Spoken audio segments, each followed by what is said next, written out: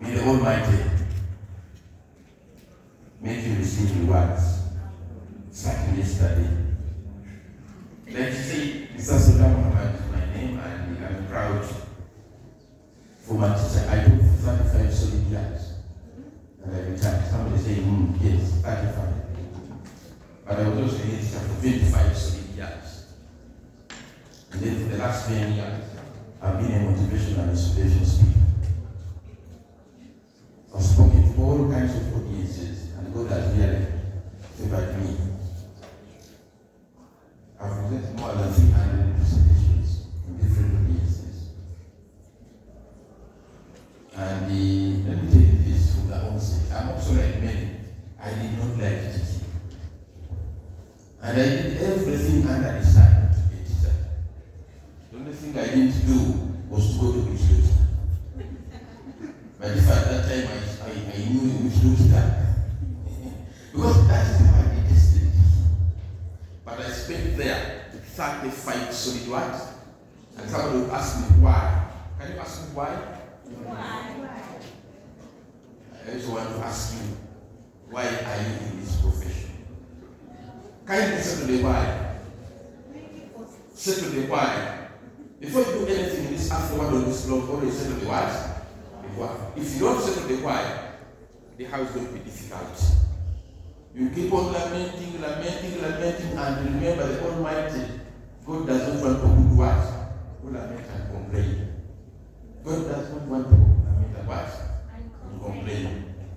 But I want to thank you so much for coming. Give a round of applause. Madam, thank you so much for making time for the trainees. Whatever you are receiving, we did not receive it. We did not. And possibly that's why we made very many mistakes. And that's why very many people are in the profession they are not enjoying. And yet in the teaching profession, it has immense opportunities. Immense opportunities. But one thing I've seen, and I've noted from many of you, being a trainer and an educationist, I'll share with you it's fast, if I can go on. That please always, whenever you are going for a workshop, for a training, for a seminar, please always move with a journal. Never trust your head, please. Never trust your head. Always have a journal. Always move with a journal. You will thank me. Never trust your head. Because to understand, you need 6 things to do if you want to learn and understand. Now that you are teacher, let me share with you this first. If you want to make an impact among the children you are teaching, kindly do 6 things. 1, make sure the child listens to you. Make sure the child does what? Listens to you. So make sure you motivate, you encourage, and you support the child so that he or she does what? Listens. When somebody listens to you, chances are high that child will understand at least 10%. At least 10%. Somebody can't understand 100% when he listens to you. At least how much? 10. So make sure you motivate, you encourage, and you support the child to listen to you.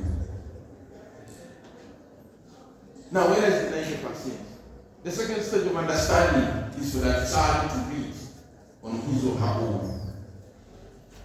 So make sure you encourage as a teacher. You encourage, you support, you motivate the teacher to do what? To read. By the way, a child understands more by reading than by listening. A child understands at least 15% by reading. So encourage them to read, motivate them to read, and support them to read. Especially at foundational level. Reading. 15%. Now the third stage in understanding or learning, it applies even to you and to me, is that somebody must write. There is magic in the hand. You must write if you want to take in or to learn, to understand what somebody says. Because you can't tell that you can understand after 1 hour of a presentation. You cannot. So listening is one step. Reading is the second. The third one is writing. Encourage your children to write. Support them to write. And please do to what? Encourage them. They should write as a matter of necessity. Reading, listening, and then what? Writing. The fourth stage or step of understanding or learning, which you should adopt from today, a child must share. That's what she was telling you. She was asking you, challenging you, that please don't want to learn. Nobody is sharing, nobody is asking. That child must speak. Make sure you must ask. Because this world belongs to great askers. This world belongs to encourage your children to ask. Encourage them to answer questions. Encourage them to share as much as what possible.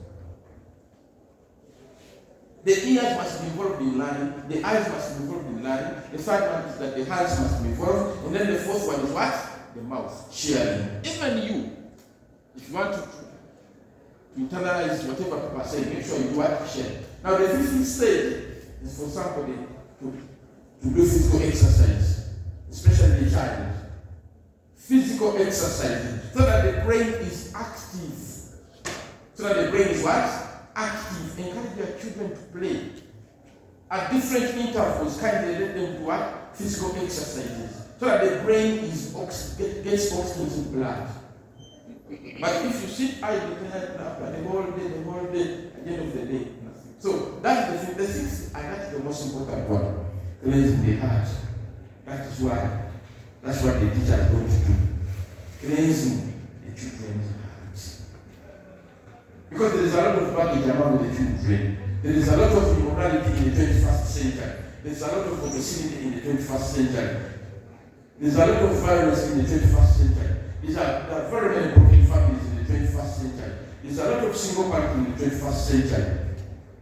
There is a lot of witchcraft in the 21st century. There's a lot of hatred in the 21st century. There's a lot of jealousy. Now, all those ones are directly impacting on the children to learn to understand.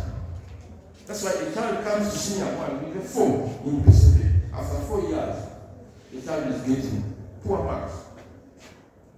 Because negativity is taking root in the heart. Even you, if you are constantly, you wake up, the first thing you do is you get your phone and you start scrolling. Negativity all the time. Chances are high. Your level of understanding is limited. That's why the teachers get that course, guidance and what? Counseling. Cleansing the children. I can't believe I'm preparing you as teachers in the 21st century.